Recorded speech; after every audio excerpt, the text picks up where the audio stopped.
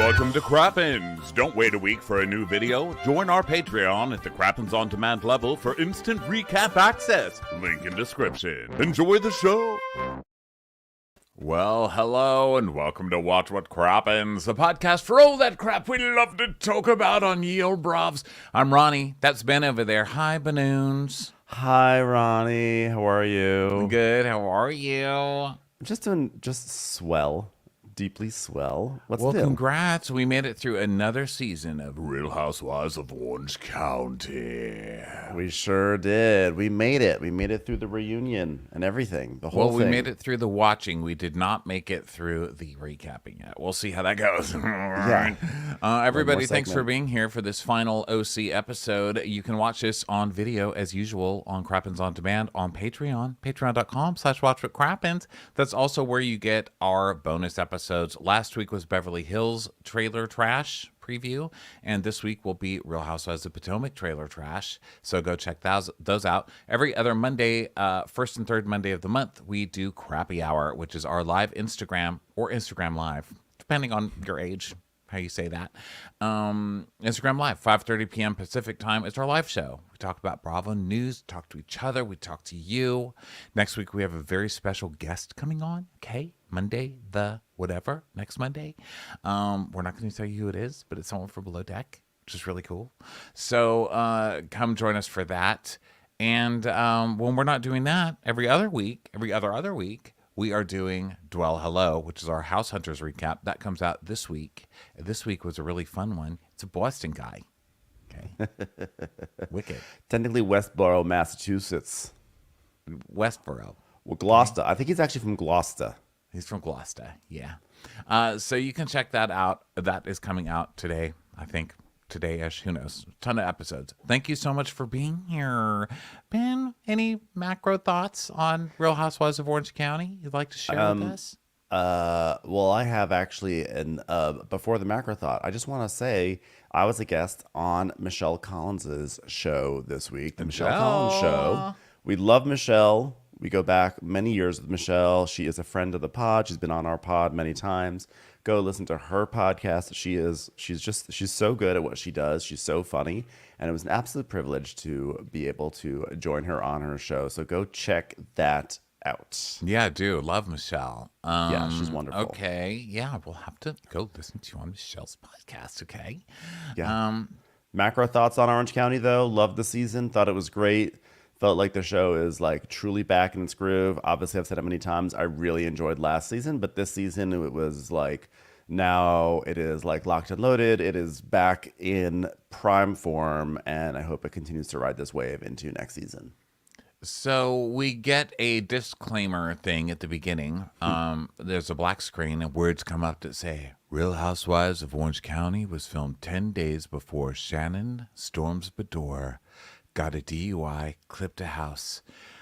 When asked, the house said, you can clip me, but at least hand me a taco. So just so everybody knows, Shannon has not had her DUI then, or by the time they film this. So just give them a break, guys. Brakes are important also for driving. So we open up with this disclaimer, which I don't know, it made me chuckle. And then we see like tonight on part 2 of the reunion, and we see like them all fighting, like previews of them all fighting. But they keep cutting to the cameramen on the set, and the cameramen look so bored. They're so disinterested in any of this. They're like, all right, Charlie, we got another 4 hours of dealing with these ladies before we get to go home. Oh my God! But we did learn something. A snuffleupagus is a mammoth. Which I didn't know. I thought snuffleupagus was just some kind of trunked thing. It's an imaginary creature, actually, I believe. I don't believe it is. I don't believe it's of the genus and the classification on the order of mammoth. I mean, it's still offensive. Like, nobody wants to be called a snuffleupagus, okay? Mammoth, mam-ith. And nobody wants to be called that. But the other thing I noticed were Shannon's eyebrows, because they're terrifying. I didn't notice this last week. They're like this. They like go up on a curve, but then they go like straight, and then they go down again. It looks like cartoon smoke. You know how back when they used to hand draw cartoons and the smoke would like kind of go in an angular way sometimes. That's like Yeah. her eyebrows. Cartoon She villain has smoke. she has hand animation eyebrows, smoke eyebrows. I'm telling you, this is not a great time period for eyebrows. And I know that we've had a lot of time periods that have not been great. One was our time period, the 90s, like our glory days. Glory days. Those were not great times. People are still suffering from little tiny skinny eyebrows from that time. Turns out they don't really grow back, guys. It's not like back hair. It doesn't just keep growing back, no matter how much you pray that it stays away. The wrong hair always grows back. That's the rule of life. So yeah, I mean, Shannon, I really feel like I was able to take in more about how ridiculous Shannon looked. I mean, for all the talk about Snuffleupagus, I'm surprised there was not any discussion of Shannon looking like Big Bird, because honestly, she was bright yellow. Her hair was just so enormous. It was such a ridiculous look. I almost feel like we didn't harp on it enough. She looked absolutely silly. She looked ridiculous. She's like if Tweety Bird got caught in a Tweety Bird colored net. If that makes any sense. It's like, what gay did this to her? I mean, also, but also, like, at that point, when someone saw Shannon come onto the set looking like that, someone said, "Okay, Shannon, hand me your keys," because that was the look of someone who's going to get a DUI in 10 days. I mean, that was someone who looked like she had just, performed on stage at a honky tonk bar somewhere, and had put down a few too many whiskeys, or in her case tequilas, and was about to hop into her car. And it was just she basically it was a tragic came dressed look. as a DUI. Is what she came into. She's a DUI that crashed Dressing into, under the influence. Yeah. Yeah, Sweet 16 party in El Paso. Okay, that's what it is. Glitter everywhere, bright colors. We've all been there. So, let's see. So Shannon's like, you know what? I want to try this again. I want to try. Another thing is that Shannon's hand motions are so out of control. Did Twyla Tharp choreograph Shannon? What is happening to Shannon? How many airplanes have landed on the wrong runway because of Shannon? They're like, I think we're being ushered to land in that field over there by the Laguna Beach High School. Okay, sure. Yeah. She looks crazy. She's talking crazy. She's crying crazy. Poor thing can't even cry. She's crying like this. She's a disaster. So we start with her saying, "Can I address the CPS thing again? Because apparently I'm not being clear. First, I'm sorry. I guess I didn't say that I was sorry. So I do want to say that I'm sorry. And number two is that I did not insinuate that your kids were going to be taken away from you. It's only that they would be taken away if there wasn't an adult present." Which we all got that. Right? I think No, I'm not saying that you're an unfit parent and your children would be sent into foster homes. I'm just saying that you're a very boring and bad parent whose children would be sent into the homes of other people. That's all. That's all I'm saying. Yeah, I think we got that you were saying the children would be taken away because there was no one to take care of the children. It's still not great, Shannon, okay? And Gina, who just had her screamy monologue, my children! She's just finished that. So now she's realizing that there's no amount of screaming or fake crying that is going to win in this argument, because Shannon's going to just keep freaking out until you apologize to her somehow. So Gina's like, "Okay, Shannon, but we have to be careful with the words we choose to say. All right?" Yeah. And I understand, and I want you to understand, that what I was trying to say. But you have to understand that, like, I feel that you have not heard me, and like I feel like you have hurt my children, my children. It's not children! How could you do this to my children? Okay, shut up now. Okay, she didn't do anything to your children. Literally, just stop with the children. I hate when people do that in an argument. But my children! And I feel horrible. I feel horrible for Jessica and Stephanie and Roberto. Is it? So, I just want to also make clear that I know the names of all of your children, okay? So please don't ever accuse me again of not knowing the names of your children. There's Angela, there's Pamela, Sandra, and Rita.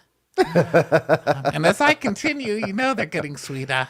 So, what can I do? I really beg you, my lord. A little bit of Monica in my life. There's a little bit of Erica by my side. A little bit of Rita's all I need. Stop that. It's my children. The mom of number 5 is killing my children. Well, no, you are. It's funny that you mentioned Mambo number 5 because you are kind of like mom number 5 in this group. Very low on the totem pole. So Shannon's like, okay, well, I like when Shannon does that. She's like so perplexed. She's like a car made out of eyes that's trying to start. She's like, I.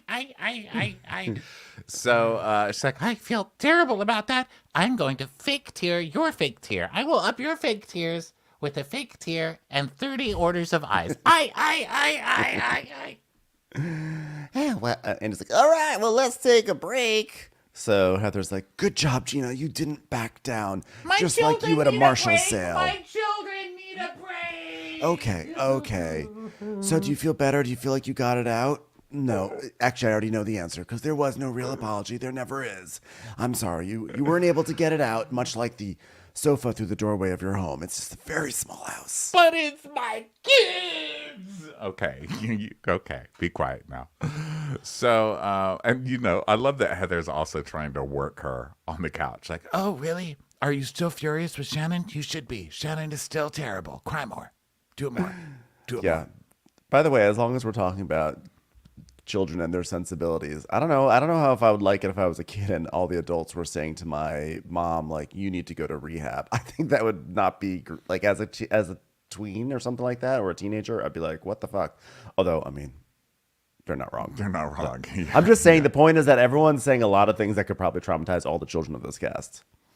Yeah, I mean, I think Gina was 100%. I mean, Shanna was 100% wrong in this. I'm just, okay, Gina. Because the other thing Gina does, like, she does this thing where she's like, okay, here's my moment. People call me boring. I'm going to scream at Shannon nonstop and scream and cry about children. I'm going to say children over and over. America loves that. But then when she's not doing that, she gets this look in her eyes that my niece gets whenever she comes to dinner with me and my sister, or really any adult. She's just sitting there and her eyes are kind of semi-crossing, like she's pretending she's paying attention, but she's just so fucking bored, Mm-hmm. And that's what Gina looks like. She's listening to older people talk and she just wants to jump out a window, She's just like imagining when she can drive and get the hell away from all of us. And she has that look, doesn't she? I think it's the age thing. Like, she's too young. She feels like she's being forced to hang around all these older ladies, Well, she also doesn't have that much that's interesting to say once she stops talking about her kids. And I would argue to say that anything she talks about her kids is not that interesting. But, Gina had like a nice moment last week. It was like the first time in the history of this show that Twitter was like, wow, Gina did well. Gina did a good job. People were like, Team Gina for like 1 second. So I think, she can coast. She can coast on that. She might have gotten herself another season, which is actually very disappointing. Oh, Shannon got her another season the second she got a DUI.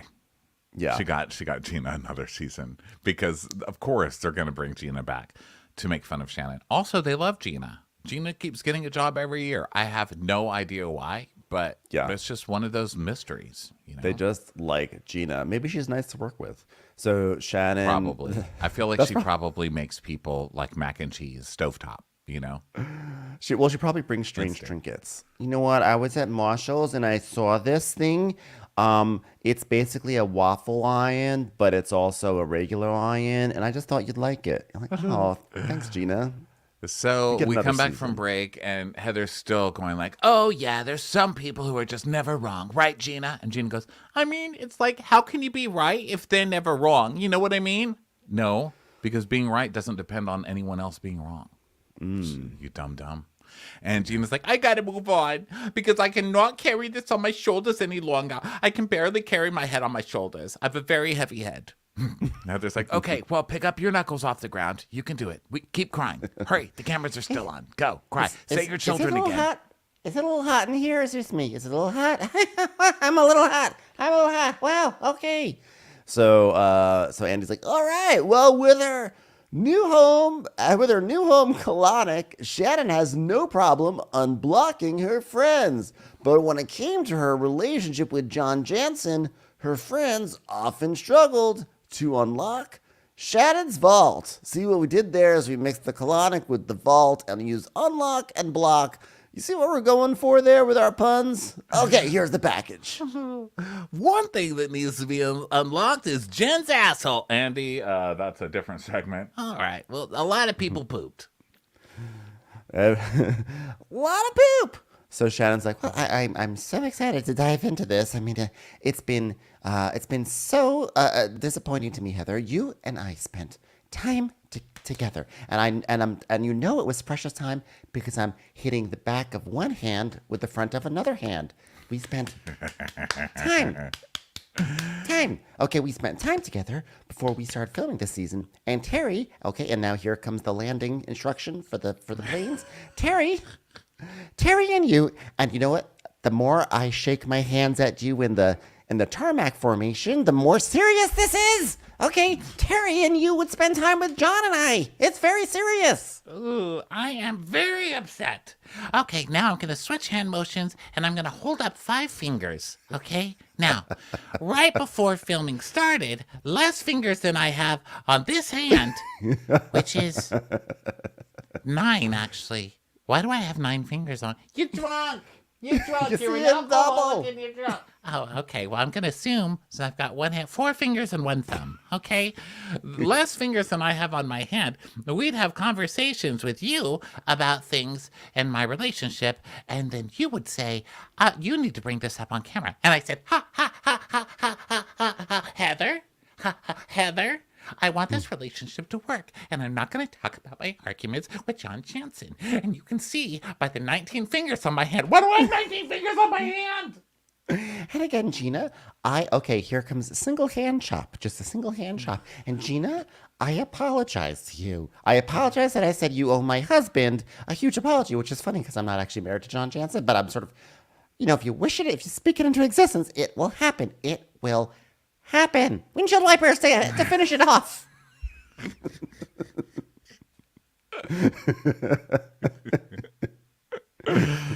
Da-da-da-da-da-da. So Shannon's like, Heather is telling me that you're talking about my relationship. Heather's like, that is not what I said. Okay, well, and Emily's talking about my relationship, and Tamara's talking about my relationships, and the only person I discuss my relationships with is you, Heather DeBro. Yeah, but they've all said that you talked to them about it, Shannon. So was there something that Heather said on camera that upset you? No, she did it off camera because that's how people like Heather DeBro work. And Heather's like, oh, yeah, I'm just so manipulative.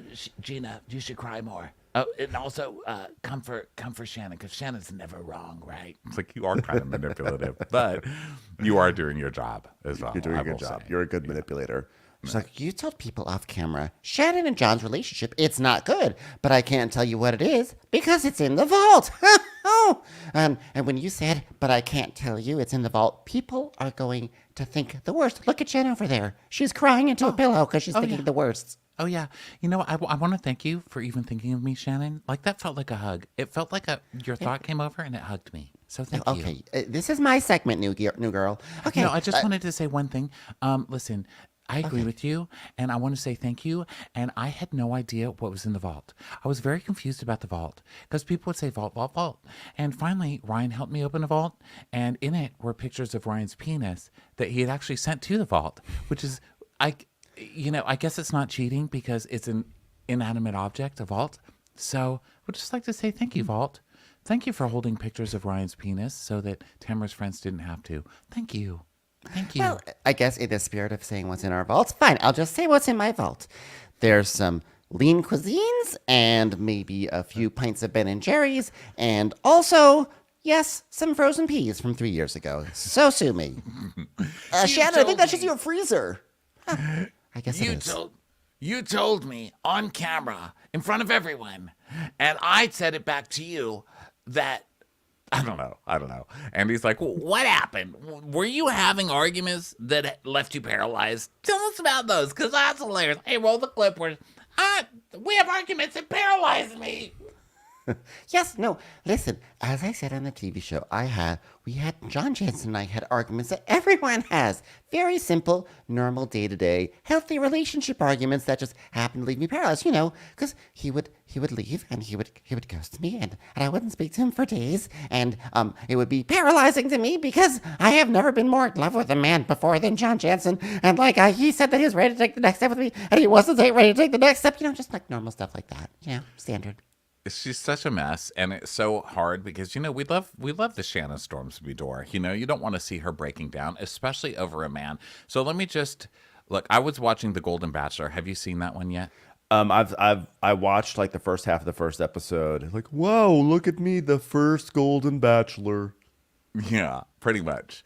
I really like it because, it's a twist. We don't need to go into a whole Golden Bachelor thing. But one thing I was thinking while I was watching it is there's like a tinge of sadness to it because a lot of the ladies on it are like, but if he doesn't pick me, this is literally my last chance for love. It's like, no, it's not your last chance for love. And I cannot believe these women can get to this age and still not realize. Let me tell you something. Okay, this is comes from my heart, this advice, and this goes for everybody who's attracted to men. Okay, you are never going to be too old or too fat or too anything for someone to want to fuck you. Men just want to fuck you. They want to fuck everything. Okay, I was in the HEB today and I passed a cake stand. I wanted to stick my penis in the. I seriously thought, I wonder how that strawberry shortcake would feel around my penis. Like, men literally will always want to fuck something. Okay, don't worry, it's gonna be fine. You don't have to put up with people like John Jansen just because you feel like it's your last chance. There's no such thing as last chances. The people getting the most STDs right now are people in old folks' homes. They're people with like all sorts of problems that you would think these would be the most insecure people in the world. They're out there fucking like they're in bordellos. Like, don't worry. Stop letting insecurity rule you enough to let men treat you like this. It's not worth it. Meanwhile, there's like a pound cake at HEB being like, wow, doesn't want to fuck me. That was literally my last chance of somebody wanting to stick their dick inside of me. I have a literal expiration date. My name is Pound Cake. It's in the name. Just do it to me already. I have a hole. Actually, no, I don't. That's angel food. She's a slut. Oh my God. It kills me that no one has told Shannon, like, you don't have to hold on to these men, there are plenty of terrible men. Give well, all she the probably has terrible men Vicky a in her chance. ear. Vicky, who really only defines herself by being in a relationship. True. I'm a love tank. So, but I thought it was funny. For me, what's funny about this, because I love Shannon, despite all her flaws, her massive flaws. What's funny to me is the way she tries to downplay these things. Like on the show, she's like, no, it's like, look, it's no big deal. I mean, just when she said, we have arguments that paralyze me, that's all. That was funny enough. But then you find out how awful the situation is. And the situation is not funny. Like, she should leave John. Like, you should never be in a relationship where someone ghosts you and you're sitting there waiting for them to come back. They don't get to come back. But what's funny to me is the way she just tries to downplay it. Like, oh yeah, and like, no big deal. Like, we're just, it's just a little, we sometimes have a few little, we get a few little arguments, where he goes away for 5 days at a time and doesn't respond to me. I'm like, Shannon, Shannon, come on now. Shannon. So Andy's like, well, wait a minute, but why would he say that he wanted to be with you, but then he broke up with you right after the show? And Tamara's like, So I didn't look bad on camera. That's why, Andy. And Gina's like, yeah, he was trying to get through filming, Andy. Yeah, well, he said it on camera, and then A week later, he broke up with me. He didn't even break up with me. He actually left me at Andale's. No, not Andale's. Javier's. He left me at Javier's, and I went outside and asked the valet where he'd gone, and the valet told me that he broke up with me. I'm the machine, Rose. I'm the machine. So there's like, she said, can I ask you something, actor to actor? I'm sorry, actor to non-actor. Sorry, I thought Taylor was still here. Do you Pretend really that somebody on the silver screen can actually hear you for a moment, okay? I'm actually talking to you, audience member. pretend this is like those moments when Ellen walks in the audience in the Oscars and we get to hear from them? Okay, do you really believe that I was this Machiavellian behind the scenes? You know what? I'm going to stop. No one at the set knows what Machiavellian means. I can already see. Everyone's confused. It does not mean I'm a race car driver. No. Well, I do believe that you are schmuck of smelly and schmursh, whatever, Heather. I do. I'm assuming that's Spanish for bad person. And Heather's like, please do not get angry with me. I have to say this. Everybody, hold on. You tend to drink and then call some of us. She goes, how dare you? And Emily's like, yeah, screw the aftershock. Heather just went right to the epicenter of that one, huh? I mean, hey, if we're going to come to the epicenter, at least hand me a taco. You've called me. You have called all the women on this couch. You've called Daisy Fuentes. You even called one of the Alfredos. It's got to stop. Rod Stewart had to change his phone number.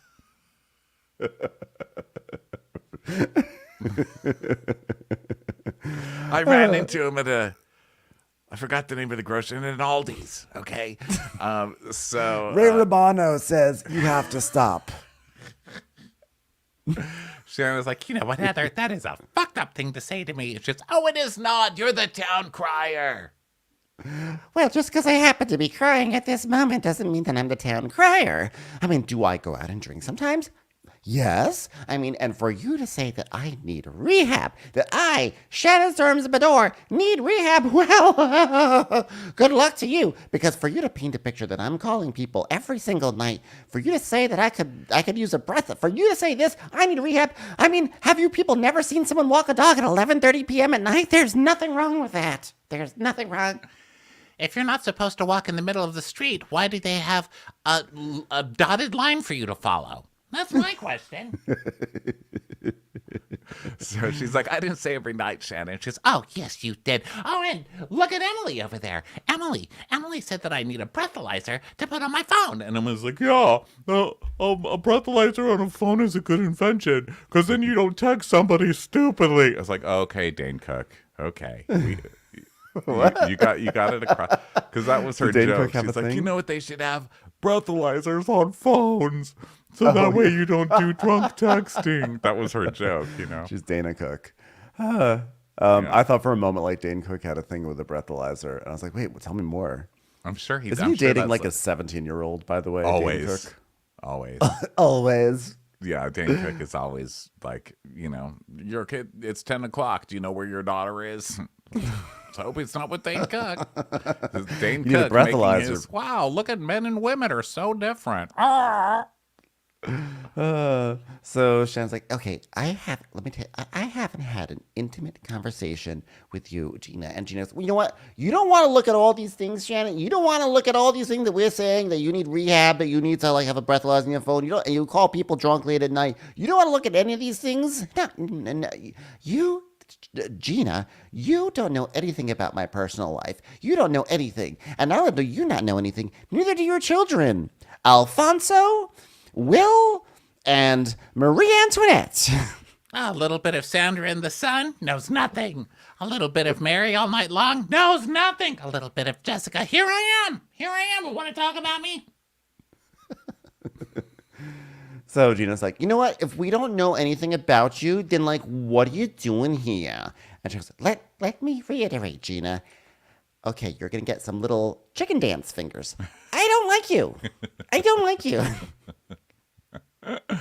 Okay, well, that's fine. And you don't like me, so cut this out. And Tamara's like, You know what? I'm going to get punched in the face in a minute because Tamara won't stop. Shannon won't stop swinging her hands in my face. and then it's like, Shannon, let me ask you a question. And it's like, no, I want to ask her something. You share things with people when we're on a national reality show together, and then you act like you don't know how this works. I mean, this is an assumption of risk. If you don't want us to bring it up, then don't tell us about it. Don't tell us. Sorry, I just needed to reiterate that in just a shorter, faster way. And Gina goes, you know what? She can't be faulted for bringing it up because it's a job. And it's like, okay, well, I don't understand. Okay. It seems like everyone here has had a private conversation with you about your relationship, and it all got put on Heather by Tamara. And I'm curious, how did that happen? And Tamara goes, But wait, Gina didn't even go after your relationship. Okay, well, and Gina, I apologize again because I was told that you did. And when I screamed right now, Gina, I don't like you, it's because I was still believing that you did, forgetting that you didn't in the first place. Wait a minute, why did you say something about my relationship, Gina? I don't like you. she's on this weird cycle. Like she just remembers that she's mad at Gina for talking about her relationship. And no matter how many times you remind her that Gina didn't, it just doesn't work. Well, then why don't you like me? I mean, if all I've done is nothing to you, I don't understand. Well, I mean, from the beginning of when you started the show, Missy, you said in your first season when I was going through my acrimonious divorce, that's right, I invented acrimonious divorce. Okay, you said I masked it with alcohol. And I said, did I drink more this year? Abso-freaking-lutely. What was the question? I don't know what I'm talking about anymore. Also, Gina, I love that Gina is just taking advantage of Shannon having no recall right now. Because she's like, wow, what have I ever done to you? I mean, if I ain't never done nothing. what do you mean you've never done nothing?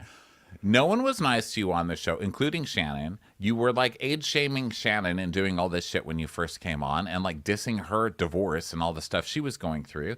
And then when Shannon finally was nice to you, you pretended to be her friend because you had no friends on the show, you and Emily. And then the second Heather came on, you totally turned against Shannon and threw her under the bus and tried to get her kicked out of the whole. I mean, what are you pretending like you've never done anything? You're right in this situation, ma'am. But God, But Shannon you were a needs shitty friend to Shannon needs a Shannon. housewives lawyer. Yeah.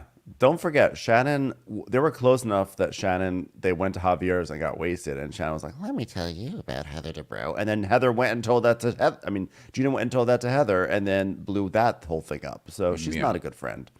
So Gina's like, I'm on this job too. And our job is to say how we feel and to say the truth. And well, do you know what my job is? My job is to be Shannon Stormsbedore. Oh, wait, hold on 1 second. I just got a call from HR, and I have to report to myself because I've had some violations. I'm sorry. My job is to be Shannon Abso-freaking-lutely Stormsbedore. And Gina's like, Yeah, but you just got to be honest on TV. We're supposed to be allowed to talk about anything. oh, except for the fact that you got a DUI and Shannon called a lawyer for you. And okay. So Gina's like, okay, well, you're doing a great job. You're really bedoring it up. Wow, look at Shannon. And Shannon's like, I act the way that I am. And you know what I have done on reality TV? I'm the George Washington of reality television. Okay? I took my shirt off when I gained 42 pounds. And then we see a clip of her doing that and crying, and the chiropractor guy going, whoa, whoa, whoa. Whoa. The things that I went through on this show, I served a dinner party with not enough white wine. Thanks, David. Thanks a lot. I've suffered all the indignities. Have you not seen the scene of me trying to cook quinoa and David staring at me while slowly eating kettle chips? That was very hurtful. And I put that on television. And I'm the first housewife that ever delved into infidelity. In fact, I'm the first housewife that's ever been married on The Real Housewives. And in fact, people don't know this, but I was the very first Real Housewife there ever was. Ho-ho! I am the first housewife that was ever given a funeral on Housewives in a conference center, in a civic center. So. I'm the first housewife that had to take on the last name of two things I don't like, bees and doors. I hate both of them. And who likes a storm, am I right? Okay, this isn't funny. So she's the first housewife that delved into infidelity? I don't think that's true. Is that true? That cannot possibly be true. By the time she came around, let's see. Well, we had, Luann and her husband. So no. Gotcha. No, right? So like that Heather's- Luann and her husband broke up in season 2 of Roni, at the very least. I'm not saying Luann was first, but Luann way outpaced. And Ramona, when did Mario leave Ramona? That may have been around the same time. I mean, think that maybe was a she little bit means after. delved into it as far as like they didn't actually talk about it on screen that much with the husband or the ex, or who like knows? we really saw a marriage fall apart on camera, maybe. Yeah, I don't know. Like whatever Shannon's claiming to, I just feel like Lynn Curtin had it worse. dude, I think that about everything on the news. So Shannon's like, well, I've gone a step. Well, not everything. I mean, it's currently I know the worst. what you meant. So I sorry. know. Currently, Currently, I felt hackles it's rise, and I did not mean current news. I don't Current think news. that It was anybody like- has it worse than anybody in current news. Okay, No, it's a current news. clusterfuck. More like in light news if this were at a different time of the year. Yes, yes. I'm talking about general traffic accident news. Weather. I'm just not You know, the laughing at weather. that. I'm laughing at at like our the way we are so like obviously backpedaling. Yes. Well, you got to. This is an insane fucking time It's we're living awful. in. This is, I mean, to think of all the stuff we've been through on this show. Okay, it's not about us. Okay, you know what? Shannon says she's the first housewife that delves into infidelity, and she's provided more details. And Heather's like, oh yeah, you've provided more details than anyone else here. I ate a pizza slice when I was walking one time on camera, and I spilled it on my purse. So how dare you? How dare you? So yeah. Why does this make you? So you've delved into infidelity. Why does that make you better than anyone else? I was on a 1-episode arc with Reba McEntire. Where are my awards? Honestly, where are my awards? I thought I did a great job. Yeah, everybody's been through stuff. I mean, Gina had a DUI that time. And she's like, wow, thanks a lot, Emily. Tamara weighed me at the gym. We've all done stuff we don't want to do. And Tamara's like, well, I've done things that are authentico.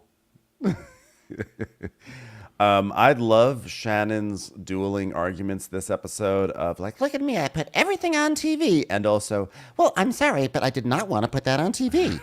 Yes. And they keep catching her in it. And she's like, well, I told you I didn't want that on television. So Andy's like, okay.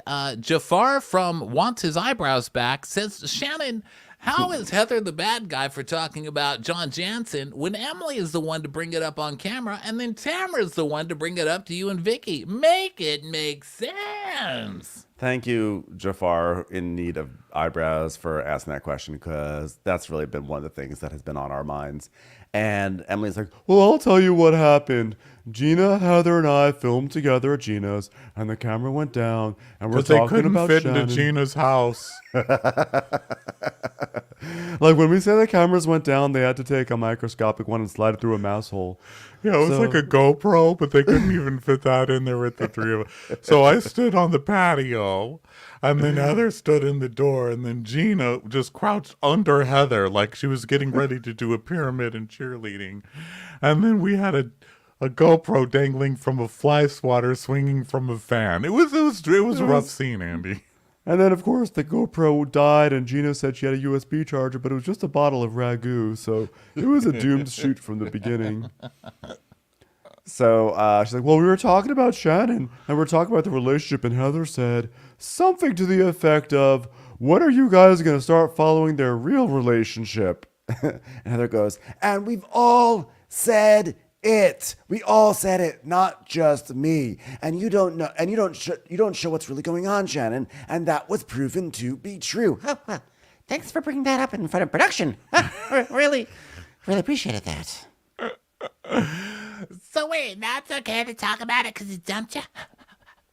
What then now? Sorry, dumped you, so now you can talk about it on TV? Look at everybody. Shannon's talking about it because she got dumped. Are you two together, by the way? And Shannon's like, no, we're not together. And I heard you say that we were, and of course I'm not together with him. And in the end, Heather, he broke up with me, and he broke my fucking heart. He broke it. And Heather goes, that makes me sad, as you can tell from my voice. And can I look back in certain scenes and see that he's bloop, bloop, bloop. Double back that, please. Checked out? Yes, absolutely. And does it hurt more than a store-bought colonic? Yup. I'm embarrassed. I just don't feel like a smart person who has a semi-decent head on their shoulder. I mean, I would look at that and think, my God, Shannon, look how he's looking at you. Is that love? Do you think it's love? What does everyone else think? Do you remember when we ordered appetizers? He was in love with me at that moment, right? He was, right? I'm embarrassed. I'm embarrassed. By what you're wearing today? No, I'm embarrassed by not seeing the signs, and I'm embarrassed. Which, of course, that's all on any reunion. That's all anyone needs. They need someone to break down and be like, "I'm mortified. I'm embarrassed. I want to crawl under a rock." And then they're like, "Oh, don't be embarrassed. No, don't be embarrassed. Oh, that's okay that you're embarrassed. At least you're not Taylor pretending that she's in SAG-AFTRA."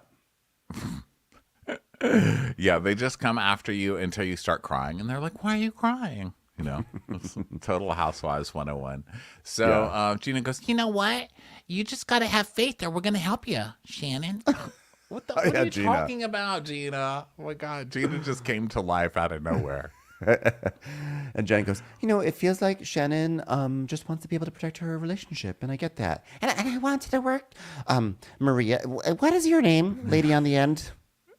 And how old is your daughter, Gina?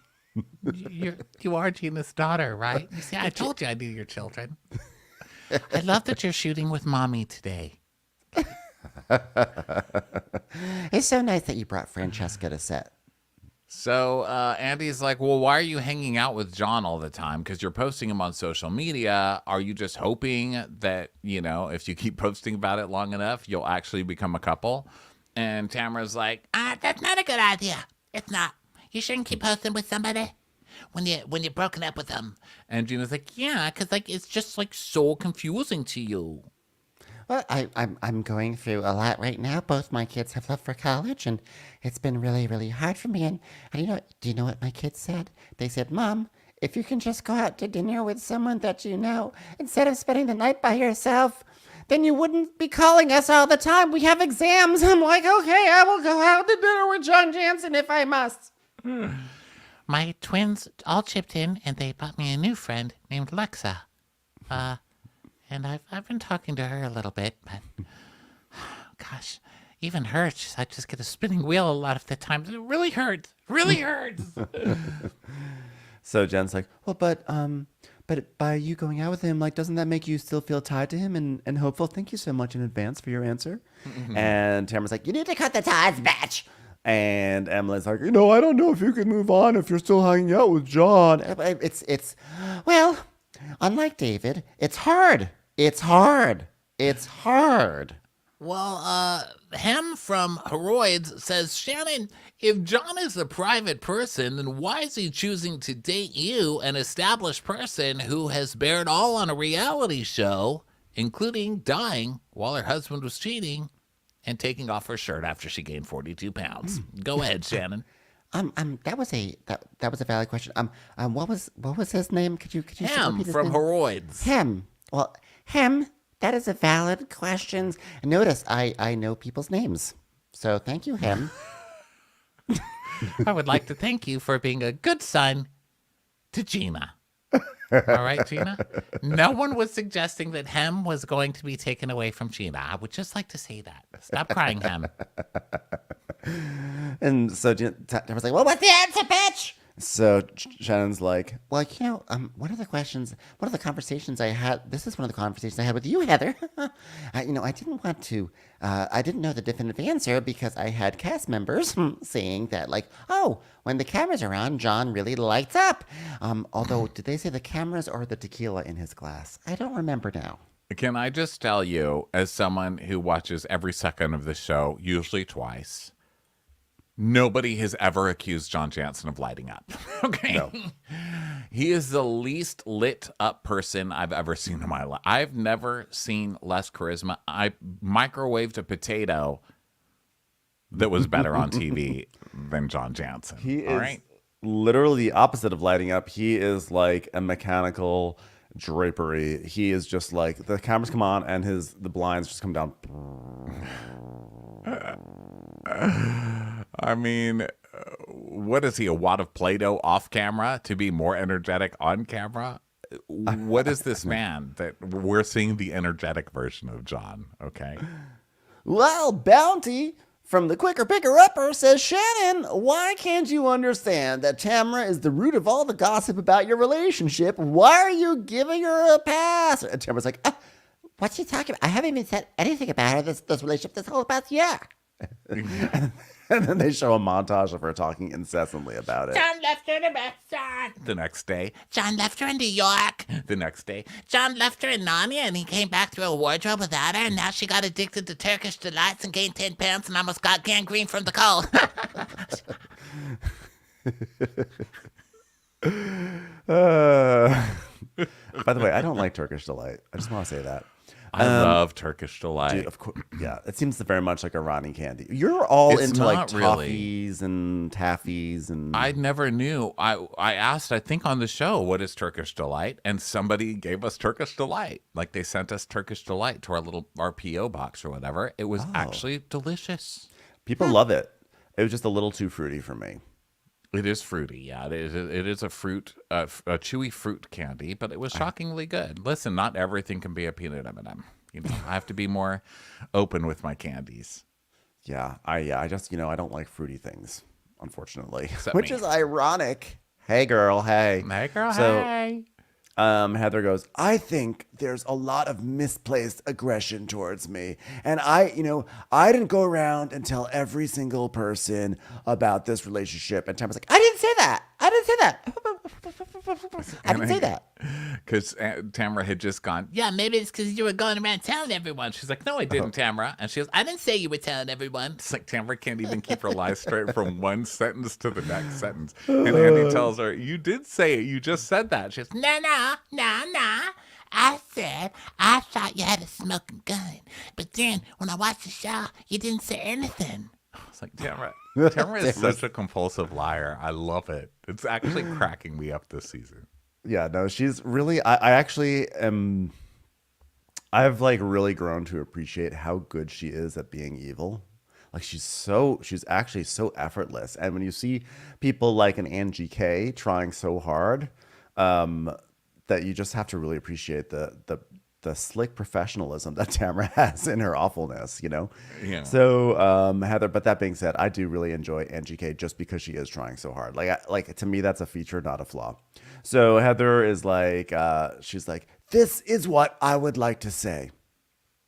Thank you to the Academy. I really appreciate this. Now, how do we get to that place? Okay, we're going to start with Fireside. What were we talking about? Okay, well, what I promised you is the things you told me that were hurtful, I would never repeat, and I did not repeat them. One of the things, claw hand, I was holding close was that Emily called you a pig.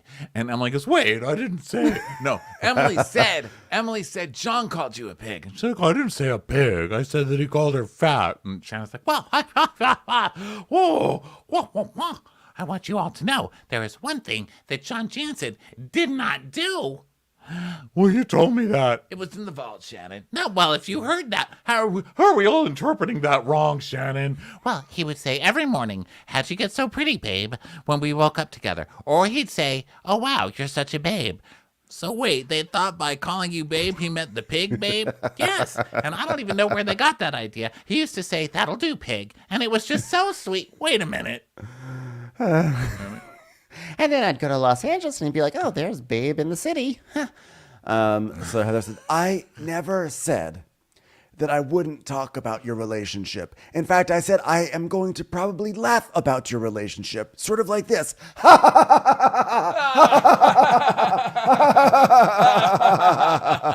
No, of course I'm going to talk about your relationship. To do otherwise would be futile and ridiculous. What I said was difficult. I said what I said was the difficult and upsetting things, details and things like that would be kept close, and they were kept in the vault, which I'd like to also remind you is where Gina's house is. My vault is actually quite large, and her house is quite small. Well, Shannon, I just want to say you deserve a Nobel Peace Prize for wearing a bathing suit in Mexico. I mean, that was just so relatable. Now, what about Emily's assessment that all of that was rooted in John Jansen's babe quotes? What do you think about that? Well, I want to be very clear that it was a Shannon issue, a Shannon Storms Bedore issue because that's my job, being me and having issues. And, by the way, clearly we're not together anymore, John and I. I thought I just want to remind everyone. And Tim was like, are you sure? Yes. I mean, I have spent time with him. I have showed up at his house unannounced. I have photoshopped him into my photos, but we're just merely friends at this point. So are you friends with Benefits? Like, yeah, sometimes. Yeah, we still bone. Nailed it. He's not boning Shannon Storms Bedore. He's boning Shannon frickin' Storms Bedore. Abso-frickin-lutely. You bet your bottom dollar, Andy. And Gina's like, oh my God. I can't believe it. Wow. Okay, I'm officially skeezed out. Too visceral an image of John Jansen. Is there anything else we need to clear up? Because I think I'm going to go puke in the corner. Oh, no, it's not a corner. It's just a screen projection of a corner. Damn it. All right, so what's next here? So we go to break, right? And Andy just scrunches down in his chair. He does his thing. You know how he does? All right. And he's about to whip out his phone. He gets like in his phone whip out position. And Heather's like, you know what my biggest tweet all season was, Andy? He's like, don't care. Trying to whip out my phone right now. Well, it was, do you think that Shannon is going to apologize to Heather? I think your biggest tweet was, what the fuck is Fireside? Please stop talking about it. Please, be quiet. Andy is not interested. Wait, hold on 1 second. I'm getting a message. Is it John Mayer? No, it's Vicky. Okay. This is funny. Look, someone posted a seating chart at the reunion, and it's me with Vicky all around. 6 Vickies. I think Shannon's in a FOMO, Andy. I think it's FOMO. Oh, yeah. You know what? Here's what I have to say about it. Gina's eyes are just crossed. She is so bored. I know. Someone bring Gina Gina a coloring book. She is so over this. And I know that she's keeping this because she needs the money or what. Like, who doesn't? But, God, she wants to get the hell out of there. Yeah. So the moment we've all been waiting for in Emily's segment. So we have Annabelle stuff, but actually it was a better segment than I thought because a lot of it was just Emily screaming. Yeah, it's Emily screaming about stuff she's not even involved in. While Annabelle was working on her manners, there was no scarier Annabelle than Tamara in Emily's life. And Tamara just goes, oh, God, what did I do now? drinks her champagne. So now we talk about Emily's mommy issues. I'm bored.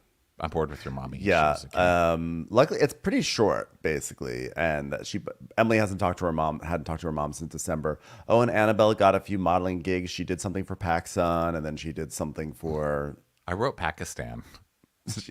Yes. Why would I the even country not of Pakistan invited Annabelle to be their new face. It's how she pronounced it, and I didn't even think twice about it when I wrote it down. I wrote, she did something for Pakistan and something for Herman's soul. She's so fierce. What a badass. Yeah, she's been recently contacted by the government of Djibouti, and she's going to be in all their tours and brochures. I was like, yeah, that makes total sense. Total sense. So, no, PacSun. And he was like, okay, cool. We're done with the stupid stuff. Okay, so we saw you and Tamara get close towards the end of the season. How's your friendship? And they're friends. They actually text with each other and they talk a lot. And it's so funny how she answers it because it's how anybody who thinks they're friends with Tamara. She goes, well, I think we're friends. I mean, we text and talk sometimes. And Tamara's like, yeah. I adore her. She's like, oh, good. I didn't know. It's changed so often. And he's like, well, Shannon, you had issues with Emily all season long. How do you feel about this new friendship between she and Tamara? Grammatically incorrect. It should be her and Tamara. And Tamara goes, She doesn't love it.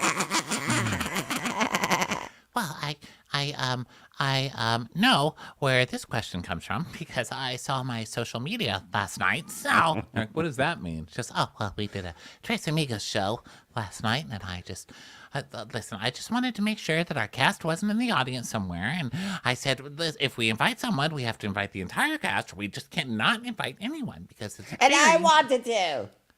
Yeah, Tamara, well, of course, puts that out there. And Emily's like, but Jen went. Jen goes, yeah, but I just went because Taylor told me. So. Yeah. And by the way, thank you so much. Thank you so much for having me indirectly. Thank you. I really appreciated it. It was so great going to the improv. It was so and nice actually having to pay for the 2-drink minimum at the improv. Thank you. That was so kind. I love supporting comedy. Dane Cook, am I right? Somebody goes, so Tamara reached out and said, I wanted to invite you, but Shannon is adamant that you cannot be there, which is so funny that Tamara is like even when the show is not shooting, Tamara is so mean. Like, way to throw your friend under the bus. Like, you could have come up with like any decent excuse, or like could have said, listen, you know, we're just like really nervous to do it in front of other casts. I don't know what you could have done, but it's true. But Shannon is such a liar too. It's kind of funny watching her get called out because she's like, Well, listen, I was very, very nervous.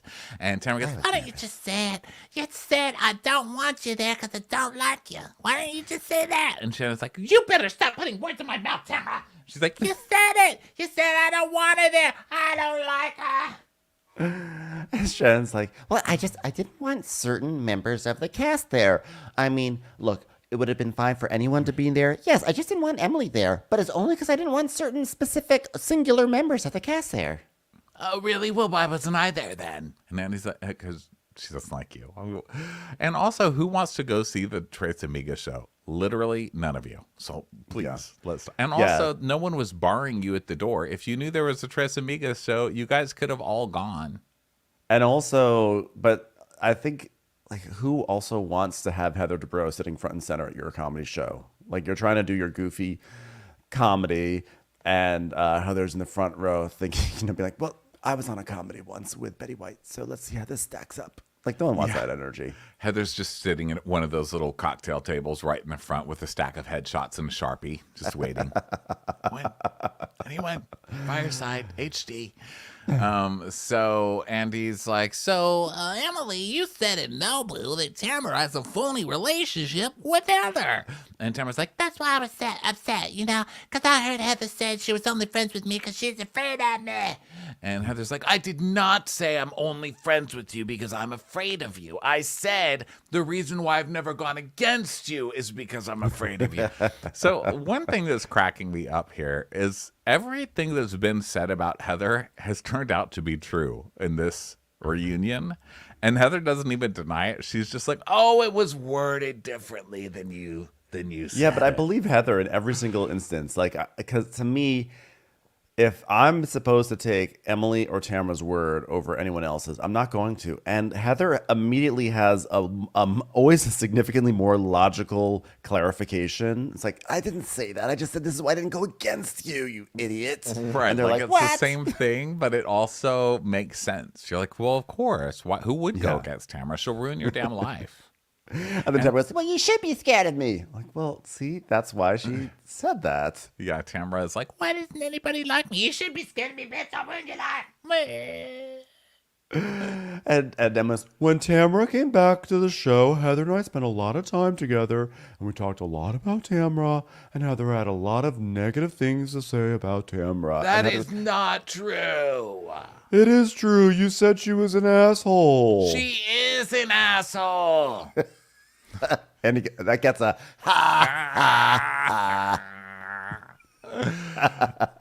and I love you. I love you being a little possum on a dumpster asshole that you are. But you know what? You're an asshole. That's just what it is. And Gina's like, We can all be assholes sometimes.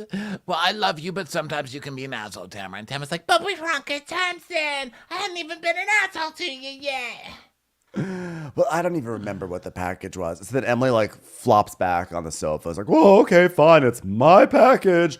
But fine, you keep on talking. Go ahead. Which she was tells very her, reminiscent it's of my Alexia. package, Judy. What is that? Judy, that's right. My package, she goes, Judy. It's my package, Judy. And they're like, what? Why would you say Judy? And she goes, I don't know. I say Judy when people annoy me. Yeah, I don't know. I don't know what that is, but you should try it on Real Housewives of New York. There it would work, because Jenna, her name was Judith growing up or whatever. Yeah. So Heather goes, I'm sorry. It's Emily's package, and she'd like to speak. So I'm like, let's throw it back to Emily. I'm like, I love how she does like anchorwoman talk. We're going to throw it back to you, Emily. Tell us what's going on your side of the couch. Oh, thanks a lot, Heather. And Andy's like, so, Gina. I love that he's so bored with Emily, too. He's like, I think Gina, what do you think that Emily's unfair when it comes to Heather? And Gina's like, well, I think that your delivery's rough, and I think that it doesn't get you what you want sometimes, and it's not indicative of what you want from her. Did anyone understand that? Me neither, really, but he said indicative, so. Okay, Heather, I feel like we had a lot of misfires, and I feel like you read me as malicious. No, aggressive, hideous, terrible, disgusting, mammal-like, but not malicious.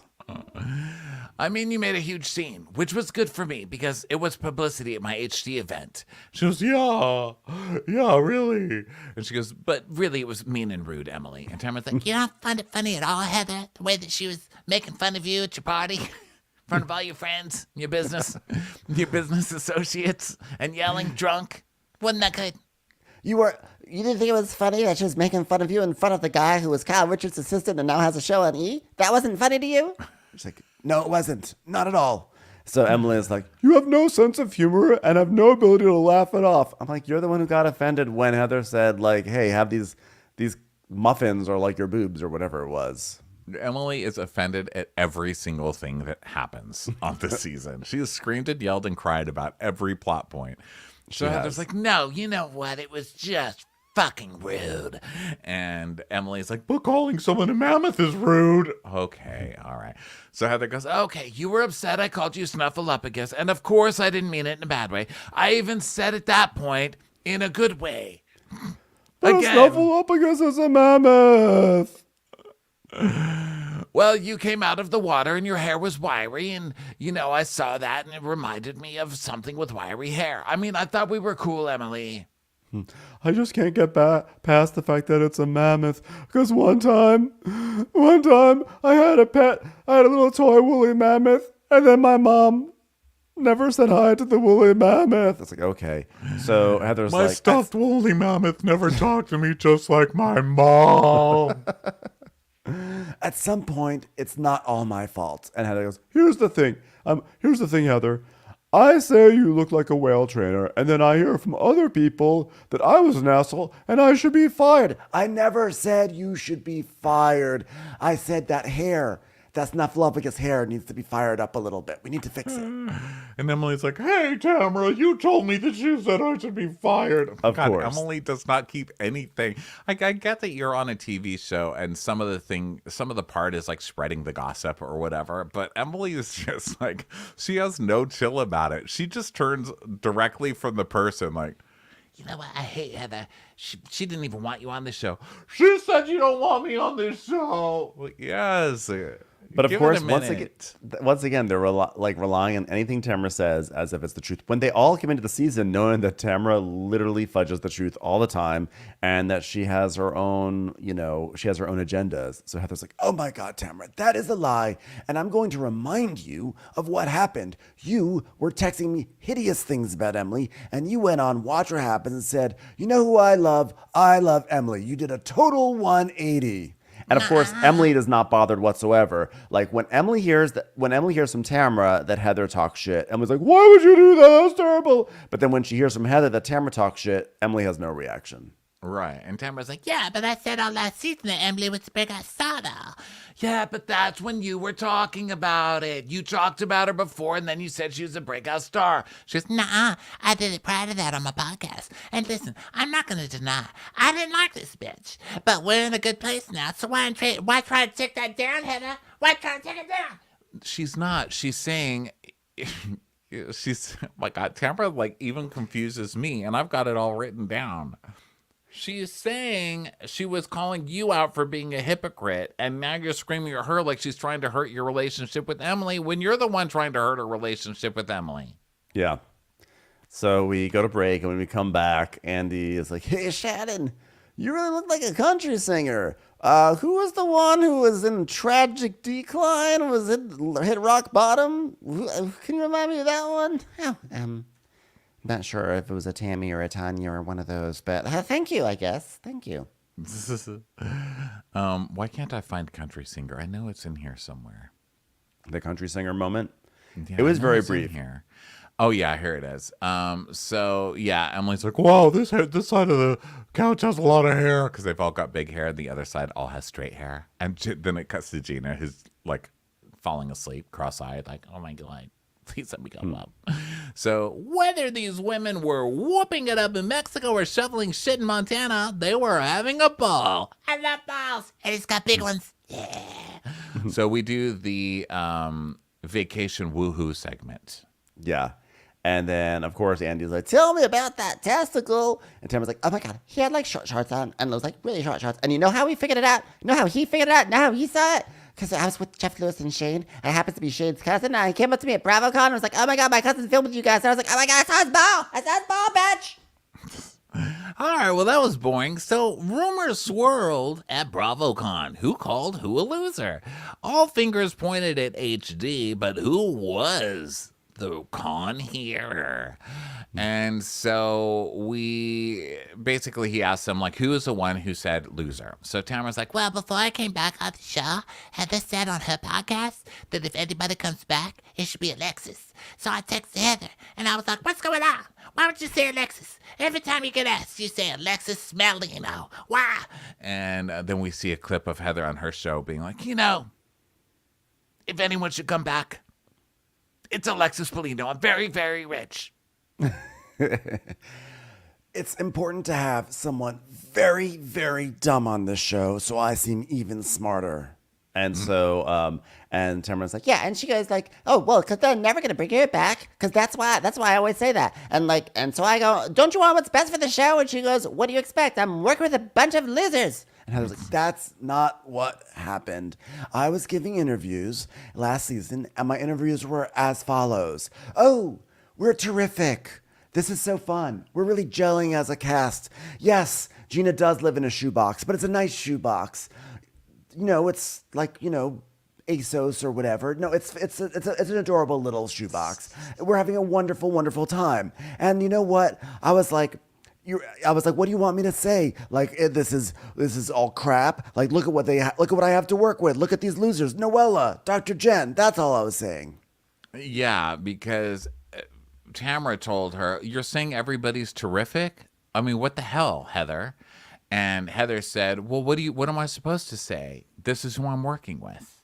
Like, Yeah. Of course I'm going to say they're great, Yeah, And- am I supposed to go and do a press interview and say like, "Oh, they're all idiots"? No. Yeah, and then Tamara took that as, "Oh, I don't want to work with any of these people. They're all losers," which is typical Tamara hearing. Yeah.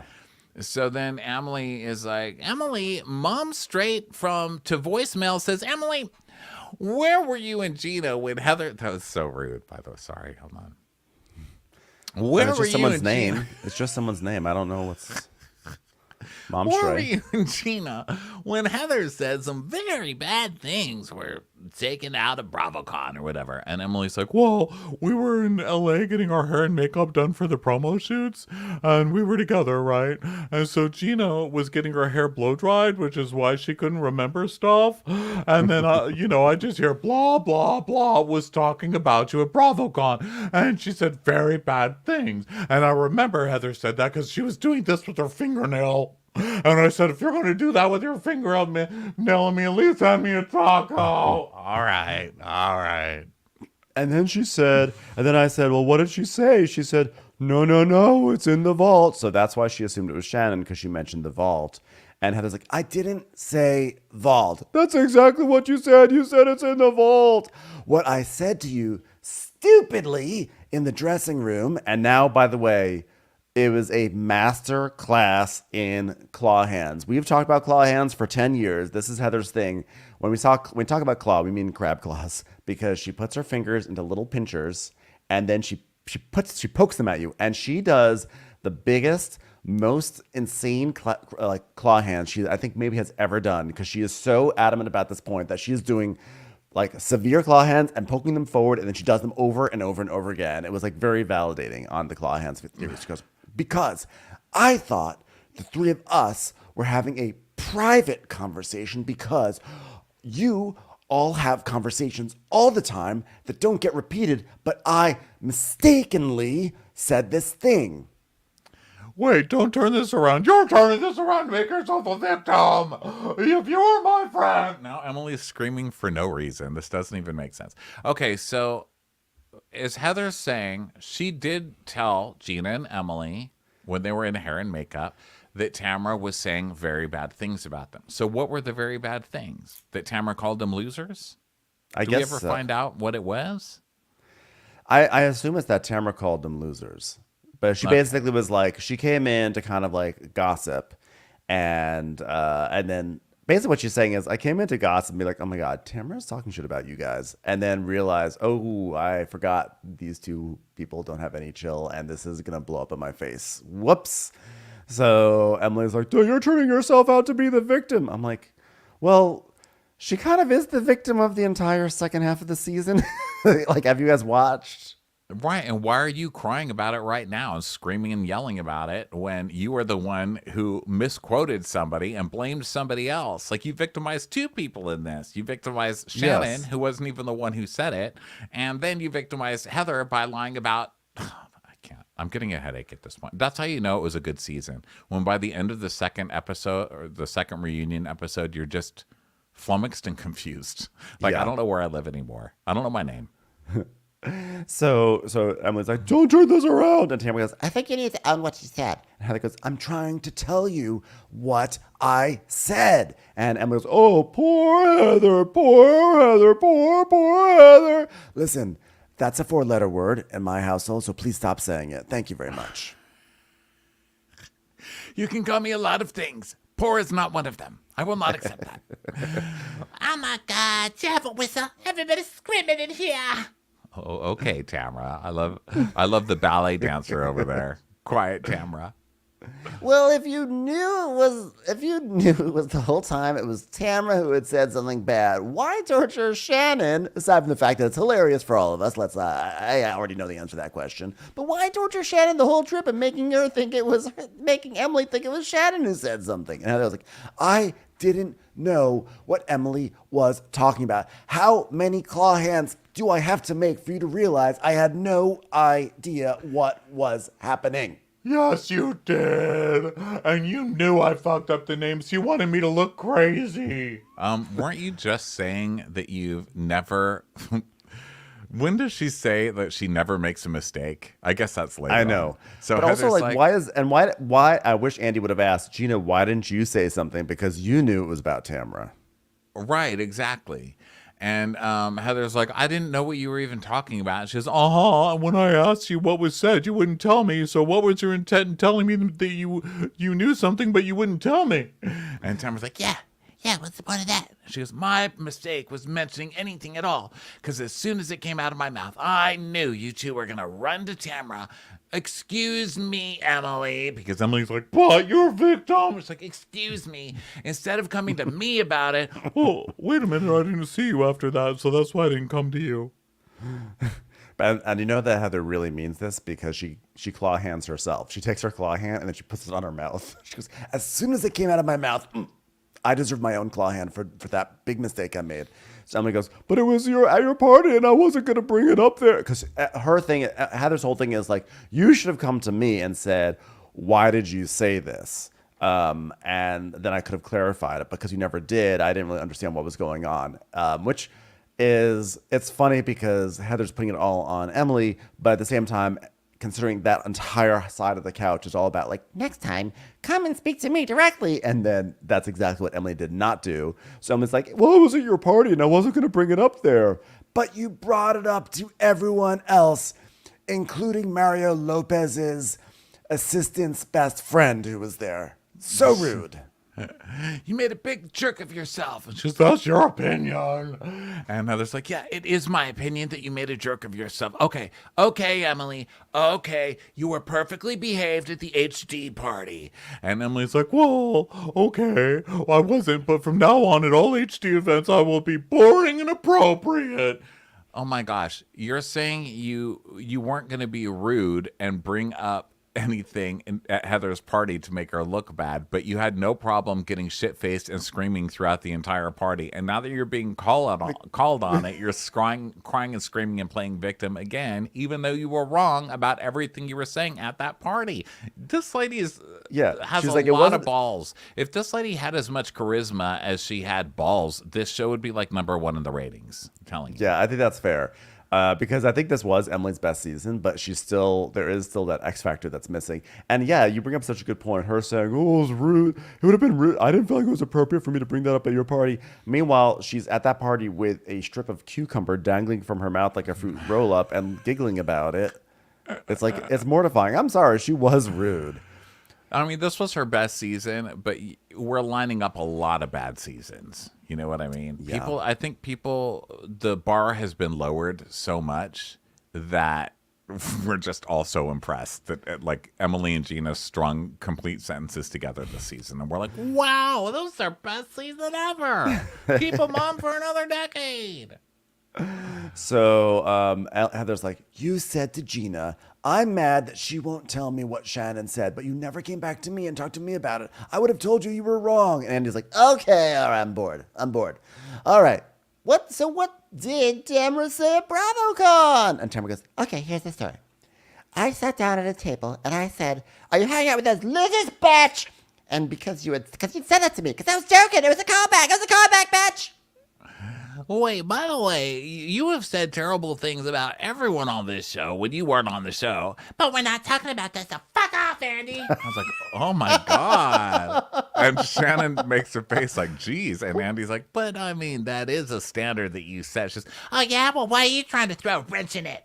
and he's like, I'm just saying, you've also called everyone losers. She goes, Oh, yeah? So then it's okay that she calls everyone a loser? and he's like, no. And she goes, So be quiet. and Andy just stares at his cards like, oh. I have to applaud Tamara because she did call everyone losers. It was on that podcast, and she just stopped that story by by verbally abusing Andy. She's like, I'm not going to talk about this, you stupid bitch. yeah. That was not sure how that's going to work out for her, but yikes. Oh, she'll be fine. They did have a better season than they ever have. But. Yeah, but like, don't go after the boss. Don't go after Daddy Andy.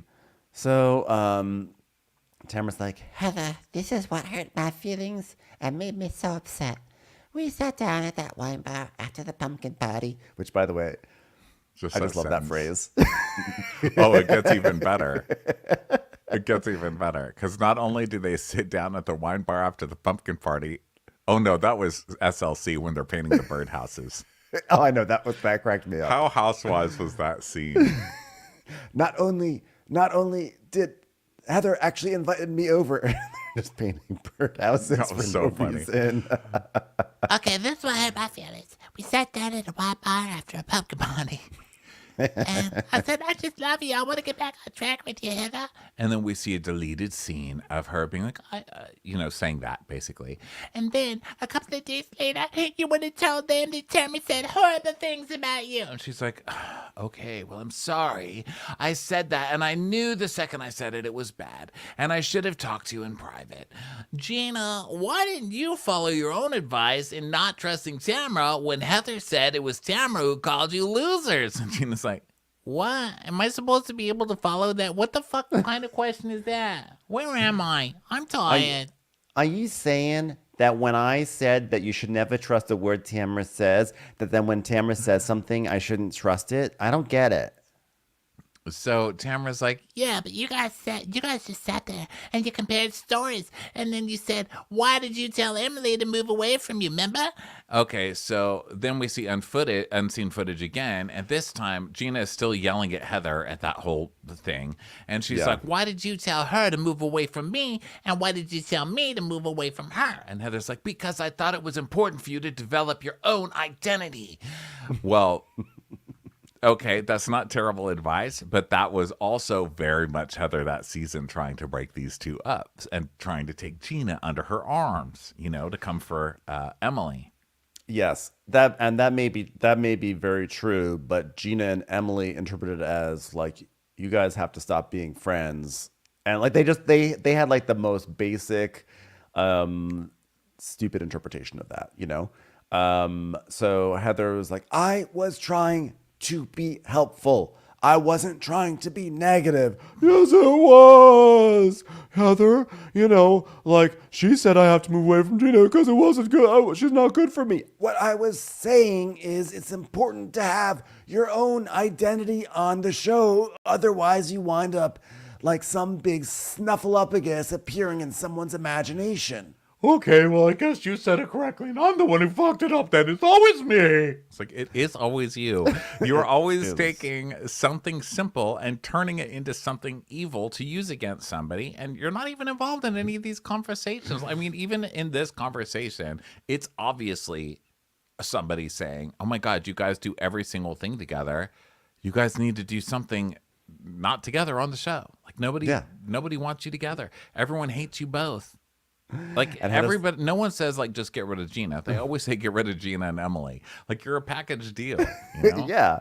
So Heather's like, that's not what I said. I'm allowed to. I do know what you said. Oh, I'm sorry. You're so factually correct all the time. And she goes, we'll have a pretty high rate. And that's the moment you were talking about before, where it's like, do you want to rewind the tape to like 5 minutes ago, Emily?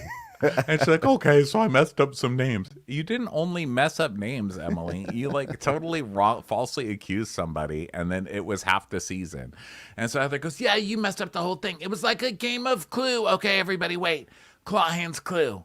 It was Clue. There was Colonel Mustard. He was in a library. He had a rope. He killed a maid. What was the maid's name? No one remembers. She was only a movie character, but she was such a good movie character. Who's playing Miss Scarlet? Should it be me? Probably. I'm more of a Miss Peacock cast for some reason, even though that lady's way too old for my station in life. So I don't know. Clue starring Reba in HD. What do you want from me? Sounds good. 3 different endings. What were we Gina, talking about? I can see that this is all very confusing. Here, let me just adapt this for you.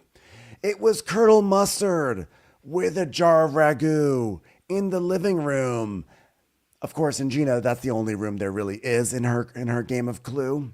But, you get what I'm trying to say. So Emma's like, good one, Heather. Good one. All right. Well, Ann Jillian from is not Ann Arbor says, Tamara, did Heather lose her alpha I think you could have just status? said Ann Jillian. I think you could have just said Ann Jillian. Ann Jillian called up. No. Ann Jillian from is not Ann Arbor says, Tamara, did Heather lose her alpha status when Tamara came back? And Heather's like, I never had alpha status. I have black card American Express status. I have the entire game of Clue could take place in one wink of my house status. I don't have regular power. I have purchasing power. I literally hire Ann Jillian to serve me food at the top of my house power. She kept referring to me as head cheerleader and top dog. I never wanted to be head cheerleader. I never wanted to be top dog. Which is such a lie. And Heather's like, but it wasn't about you. It was how you were being treated. And Tamara goes, What? And then Shannon gives a, I. Like she suddenly starts revving her engine. I. You know what? There's a lot of ego in this show. And I don't know. You know what? I am not inside her head. I'm not inside her head. Okay? I'm not inside her head. Heather goes, can I say something, Shannon? Which is always, whenever Heather says that, you're like, okay, here we go. I want you to know that when you texted me the other day, I was so happy that you texted me. I was working on my big Clue joke that you just heard. Thank you. It was good. And I want you to know that I don't know why you don't see who I am and you feel these things about me. It makes me incredibly sad. And it was really nice to talk to you and have that moment with you. And I only wish I was able to say something in those 30 minutes. You were really wasted. Well, our relationship has always been that way, where we talk alone, and I think, wow, I actually kind of like this lady. yes, it's when we're not together that it goes awry. Well, that's true. And that's why I told you, if you have a concern about me, you need to talk to me and not these people. Well, we all talked, okay? It wasn't just me. And Andy goes, Jen, you're still here, right? What do you think about all this? And Jen's like, oh, I just, thank you so much for that question, Andy. I really appreciate it. I just wish I understood all of this. You know, I wasn't at BravoCon. I'm not even sure what BravoCon is. Is that some sort of thing where you go to the opera, but you, like, it's an opera put on by convicts? I'm so confused. You know, but it's just really hard because I wasn't there, and then being new, you know, they've just taken so much. You know, they've known so much together, they've done so much together, and you know, they say the vault, and I'm just imagining terrible, terrible things, Andy. So, All right, well, glad I talked to you. That was completely pointless, but we do have 2 hours to fill. So now, Tamara, where do you go with Heather? Tamara's like, I love Heather, and I always love Heather, and that's always been really difficult not having Heather in my life the past year. Every birthday, every Christmas, every anniversary, she would send me a text message. And since it's gone sideways, I don't even get messages from her no more. It hurts me. It hurts me so bad, Andy. and Andy's like, so I love how it. about- Like, in important days of my life, I got the bare bones communication from Heather. I would get texts on my birthday, and now I don't. It hurts. Well, I said it from the beginning. I've been incredibly sad for a few different reasons. And then Heather does a new type of claw hand. She claw hands her chin. She's like, okay, well, now that I've attached my hand to my chin, I think this all shows how sad I am. I'm disoriented. I'm clutching onto random parts of my face. It's just been a tough year. You know, I can't even have my chin. I can't have my chin hear this. This is very serious. And as far as I'm concerned, the more friends, the better, especially wealthy friends. So I'm sorry, Gina. This is the end of the road for us. You know, and I said it to Tamara. I said, Tamara, you have been the best you've ever been this season. You know, I said, everything is so good. You know, you're doing well. You have a successful company. Your protein fart Latin husband is home all the time now with his frown smile. Your gym closed. Nobody liked it. I mean, that's good for the city, not necessarily good for you. I said, you've got so many reasons to be happy. Why are you so angry? What's going on? Who's trying to steal trash out of your dumpster, Tamara? That's what Tamara's like. You know, I came into the season at an awkward time. It was fucking hard.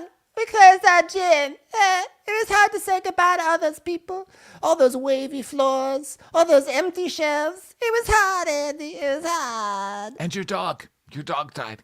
Yeah, my dog died too. They're giving it like, oh, remember your dog died. So there's that to be said about. Yeah, my dog died too. And you know what? I just didn't know where my place was. I mean, I'm not trying to make excuses, but I drank way too much. I'm sorry. That's what we call the Shannon defense. But, you know, I drank way too much, and I'm just an asshole when I drink, Andy. Well, are you drinking now? Because you just told me off on my own show. So. She actually was. They actually showed her drinking during the reunion. Yeah, that's true. So Heather is like, well, I think I've said it 1,000,000 times. Please clean that surface better. And another thing I've also said 1,000,000 times. Tamara's like my housewife maker. It's like when a little vampire in the shape of a possum bites you, you love them forever. But that also could just be the rabies talking. Does this make sense to anyone? I love you. Hold on. Let me cry. Oh, I'm so sorry. I'm sorry you felt alienated. Oh, it's not what I intended. I just didn't want anyone to hang out with you, that's all. She's like, okay, thank you. What I a understand. meaningful conversation. Let me now release my chin from my grips. That way I can hear it speak again. Okay, earmuffs off the chin. Okay. Chin muffs. So, Now they're on break, and Tamara's like, so Gina, when you get married, huh? Next season, Gina. and Gina's like, oh my God, if I get a rock like Heather's. You're not going to get a rock like Heather's, okay? You're going to get an actual rock. Tina, You're going to get a rock like the country. Like, you're going to get a desertous rock, Okay. You're just gonna find a pebble from someone's gravel driveway on your hand.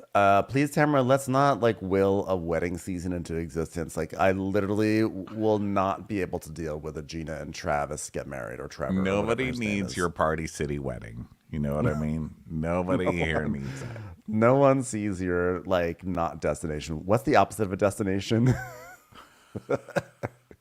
No one needs your staycation wedding. Okay. So Andy's like, well, I want to add this night tweet. This tweet comes from Jack in New York. He said, I don't have a question. I just want to say this cast is perfection. I'm gonna really miss this season. And I was like, okay. And I was like, wait, was that from Ben from Los Angeles? Because I think I may have tweeted that also. So he's like, okay, well, let's go around and say what you guys are going to miss from the season. Which is a weird question. And Emily's like, I'm going to miss having fun. We just have so much fun. Can you roll the footage of that cucumber coming out of my mouth again? No? Okay. I'm gonna miss my taco line. Can we roll that a few more times? I mean, Andy, if you're gonna ask me a final question and make me go first, at least have me. Taco, we got it. We got it. Okay, let's move on. My hip! Sorry, I just wanted to throw an oldie but goodie in there. So, yeah, Janet's like, well, thank you so much. It was like my first season, and it's just, I'm never going to have a first experience like this again. And even after we wrapped, it was like a weird feeling of like, where did everyone go? We're like, I just feel all alone now, except for that woman who's in Ryan's bed. But, you know, it was great.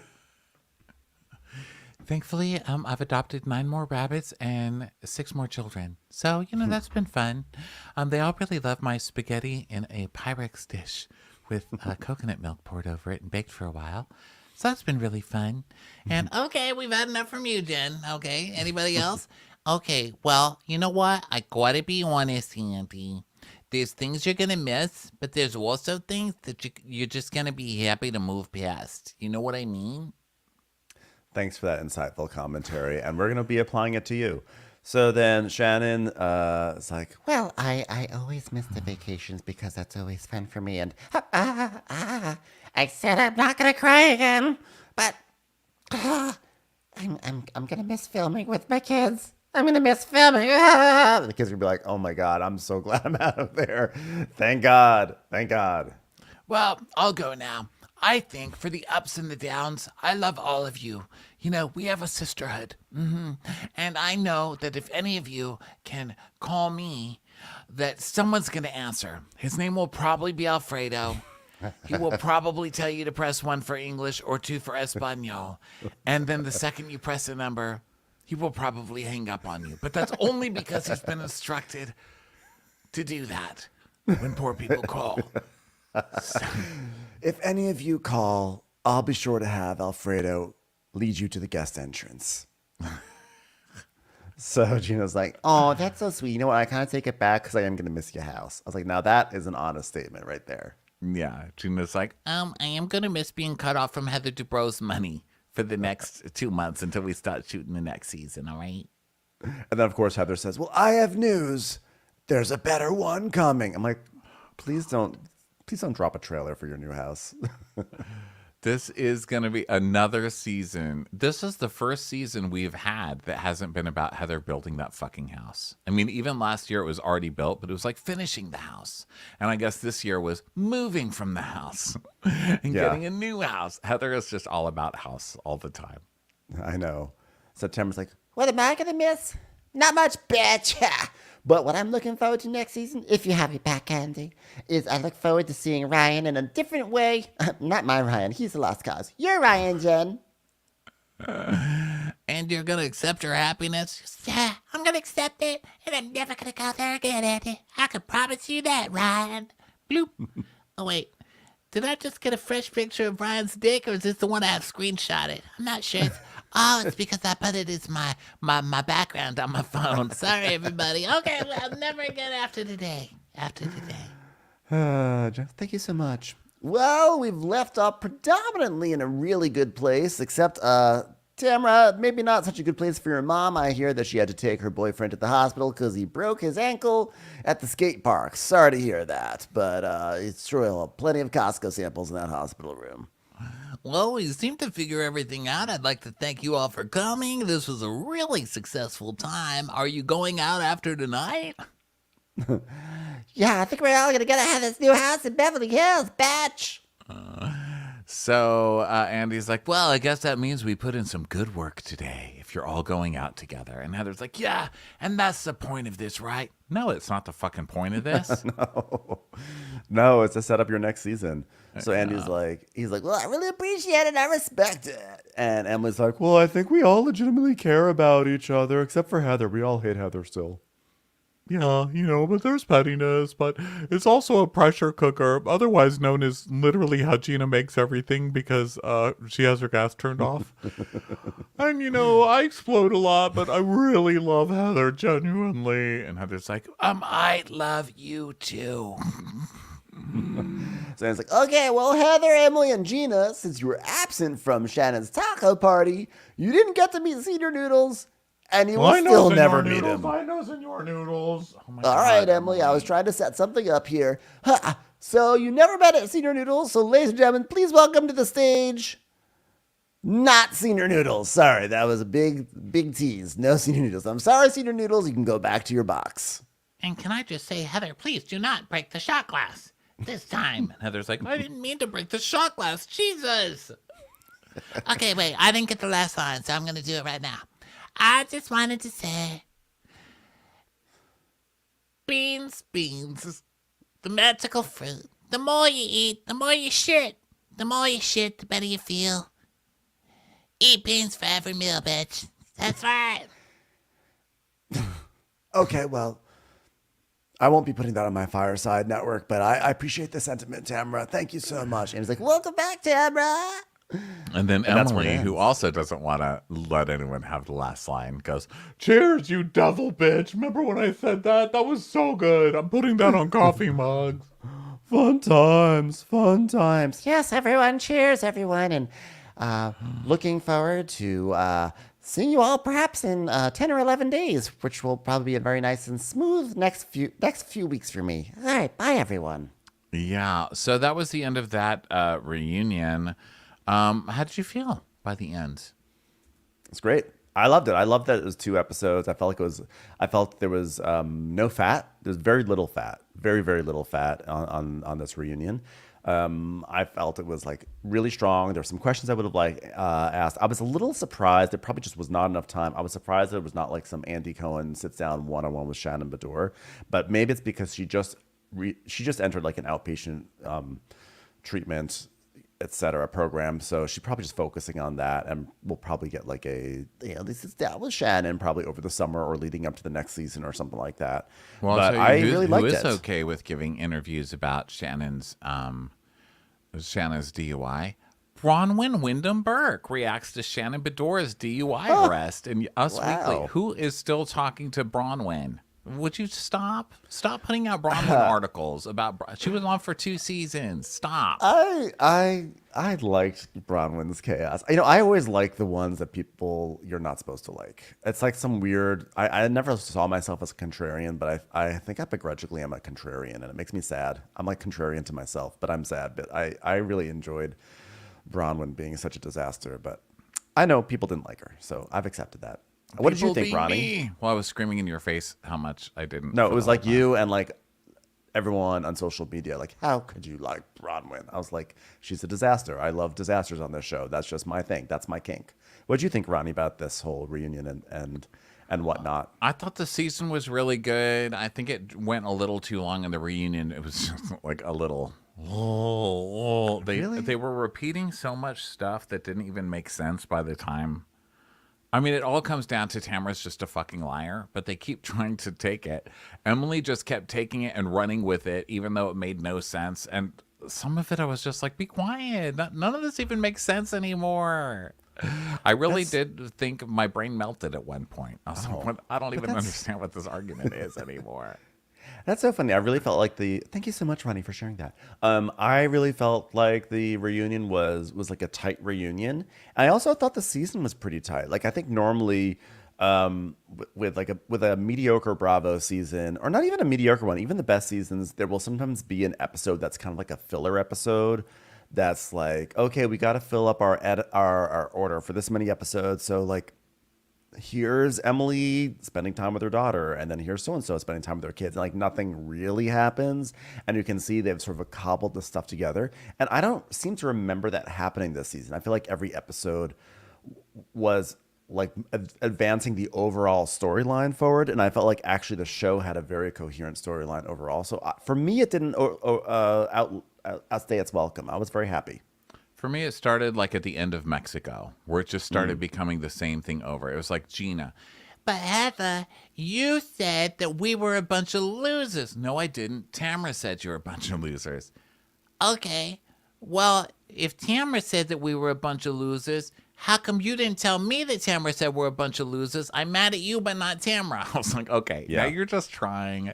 Now you guys are just, you and Emily, of course, is the both of them, just trying to take anything they can just so they can be in more fight scenes. And Right. none of it really made sense. And it just seemed like they were trying too hard to be in fight scenes. Now, that said, it worked because people loved it. They ate it up. I mean, I felt like it was a bunch of bull. I don't love when it's just lies. I like when they're really, even if it's confusing, if they're really pissed off or their feelings really get hurt about something, I like that. But I don't necessarily like, I'm just going to lie about a bunch of stuff so I have something to fight about. And then when I get called on it, I'm just going to start crying and deflecting, you know?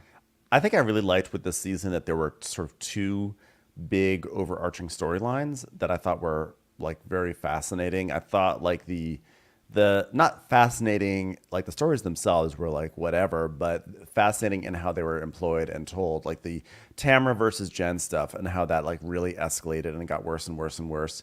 And then you also had everything that happened with Heather and Shannon and Tamara. I just felt like the storylines were really woven well together, and it also they built like I think the producers did a great job of creating a narrative with the season. I feel like we don't give enough credit to producers on these shows because really you're just filming people gossiping and going to parties together. But when you're able to sort of like craft a narrative out of it, and of course the producers also sort of put them in situations that sort of like really coax out a storyline. You know, I don't mean to go back to Atlanta this past season, but like Atlanta was an example of a season where you could see them trying to create a narrative, and like this story would start, and then this story would start, and then this story, and they try to create something out of nothing, and they couldn't do it. And here, they really did a good job of creating like season-long arcs that like built and escalated, and they intermingled with each other in a way that I really feel like is like when the Real Housewives is firing on all cylinders. It's really amazing television. I really think that. I've said this before. The show gets like shat on all the time by snobs, basically, who think that this is just like trivial bullshit for people who just like watching women fight. But I think this is actually very sophisticated storytelling, and it's not easy. And so when they're able to put together an arc based off of gossip that goes for 16 episodes, I applaud it. So I'm like talking to myself. I'm like, give it the Emmy, honestly. Yeah, well, you're good at selling it. I was like, wow, that was great. Now, and this doesn't even compare to Salt Lake City, which is just like blowing everyone out of the water right now. Yeah. Well, Salt Lake City, yeah, they've had some ups and downs on that season, but that is a testament to just sticking to your guns and keeping your cores there, and also how important casting new people is. You know, Right. They've done a great job with that. I'm just saying the current season of Salt Lake City has been wonderful. I think last season was a little up and down, but this season has been like every episode has been just like tremendously very funny.